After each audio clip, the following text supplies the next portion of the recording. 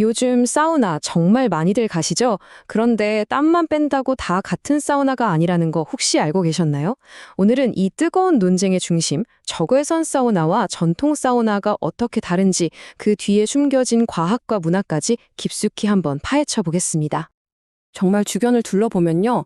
고급 스파는 물론이고 이제는 아예 집에다 하나씩 들여놓는 분들도 많아졌어요. 그야말로 사우나 전성시대라고 할 수 있는데요. 근데 여기서 중요한 건 모든 사우나가 똑같은 방식으로 우리를 뜨겁게 만드는 건 아니라는 사실입니다. 그래서 다들 가장 궁금해하시는 게 바로 이겁니다. 요즘 그렇게 핫하다는 적외선 사우나, 그리고 우리가 흔히 알던 그 후끈한 전통 사우나. 도대체 뭐가 어떻게 다른 걸까요? 그냥 좋더더라 하는 막연한 이야기가 아니라 한번 제대로 살펴보겠습니다. 어떤 주장이 진짜 과학적인 근거를 가지고 있는지, 그리고 각각의 사우나가 우리에게 어떤 다른 경험을 선물하는지 말이죠. 자, 이 모든 차이는요, 바로 어떻게 뜨거워지는가에서 시작됩니다. 열을 만들어내는 방식 자체가 근본적으로 달라요. 먼저 전통 사우나, 우리가 보통 핀란드식 사우나라고 부르는 걸 떠올려 보세요. 뜨겁게 달궈진 돌, 그 위에 물을 쫙 뿌리면 방 안의 공기 전체가 후끈 달아오르잖아요. 바로 그 뜨거운 공기로 우리 몸을 데우는 방식입니다. 반면에 적외선 사우나는 좀 달라요. 이건 공기를 데우는 게 아닙니다. 특수 램프에서 나오는 적외선이 마치 쌀쌀한 날에 햇볕을 쬐면 몸속부터 따뜻해지는 것처럼 우리 몸에 직접 파고들어서 속부터 데워주는 원리죠. 이 표를 보시면 차이가 확 느껴지실 거예요. 전통 사우나는 거의 100도까지 올라가는데 적외선은 훨씬 낮은 한 45도에서 65도 정도로 훨씬 견딜만 하죠. 그리고 예열 시간 좀 보세요. 전통 사우나는 한참 기다려야 하는데 적외선은 거의 켜자마자 바로 쓸 수 있다는 거. 정말 큰 차이죠. 자, 그럼 이제 가장 중요한 얘기를 해볼까요? 그래서 우리 몸에 진짜 어떤 좋은 점들이 있을까요? 과학은 뭐라고 말하고 있을까요? 여기 좀 놀라운 숫자가 하나 있습니다. 마이너스 52.8cm per 초. 이게 뭐냐면요. 2006년에 우리나라에서 진행된 연구 결과인데요. 40세 이상 성인들이 60도 사우나를 하고 났더니 혈관의 건강 상태를 보여주는 맥파 속도가 이만큼이나 뚝 떨어진 겁니다. 이게 무슨 뜻이냐면요. 맥파 속도가 낮아졌다는 건 혈관이 그만큼 부드러워지고 탄력이 있어졌다는 뜻이에요. 동맥경화 같은 심혈관 질환 위험이 있는 분들한테는 정말 좋은 소식인 거죠. 이뿐만이 아닙니다. 운동하고 나서 근육통으로 고생할 때 사우나가 회복을 도와준다는 연구도 있고요. 류마티스 관절염처럼 만성 통증을 겪는 분들의 통증을 잠시나마 덜어준다는 결과도 있었어요. 심지어 따뜻한 사우나 안에서 요가를 했더니 어르신들 유연성이 눈에 띄게 좋아졌다는 연구도 있더라고요. 그런데 말이죠. 사우나 하면 빼놓을 수 없는 단어가 있잖아요. 바로 디톡스. 땀으로 독소를 뺀다는 말, 과연 이게 사실일까요? 한번 현실을 제대로 짚어보겠습니다.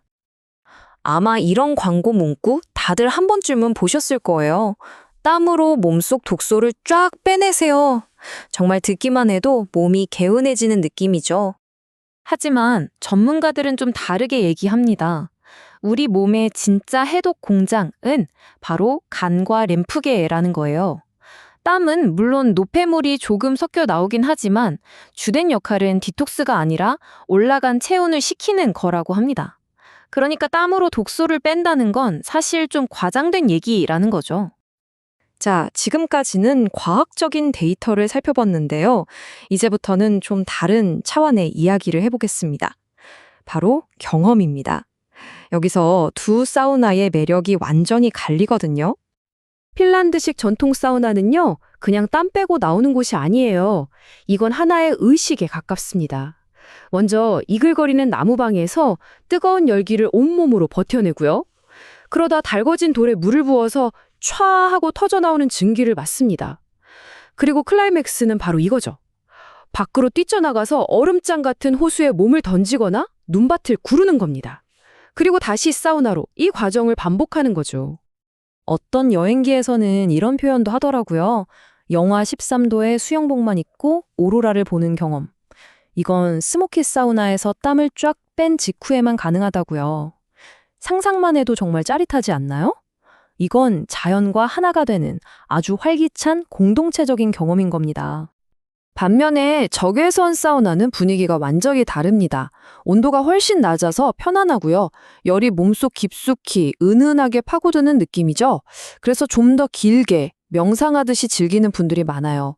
보통 혼자서 즐기는 개인적인 웰빙 경험에 가깝고 또 블루투스 스피커로 음악을 듣거나 조명 색을 바꾸는 기능이 있기도 하고요. 훨씬 현대적인 경험이죠. 자, 그럼 이제 결론을 내릴 시간입니다. 이 뜨거운 대결의 승자는 과연 누구일까요? 사실 정해진 승자는 없습니다. 어떤 사우나가 절대적으로 더 좋다고 말할 수는 없어요. 내가 무엇을 원하느냐에 따라 선택이 달라지는 거죠. 강렬하고 활기찬 사람들과 어울리는 경험을 원한다면 전통 사우나, 조용히 나만의 시간을 가지면서 근육을 풀고 싶다면 적외선 사우나가 더 맞을 수 있다는 겁니다. 결국 이 사우나 논쟁은 단순히 뜨거움에 대한 이야기가 아닌 것 같습니다. 우리가 건강과 행복, 즉 웰빙을 어떻게 찾아갈 것인가에 대한 더 큰 질문을 던지는 거죠. 여러분은 어떻게 생각하시나요? 수천 년 이어져 온 고대의 지혜에서 답을 찾으시겠어요? 아니면 우리를 새로운 경험으로 이끄는 기술의 손을 잡으시겠어요?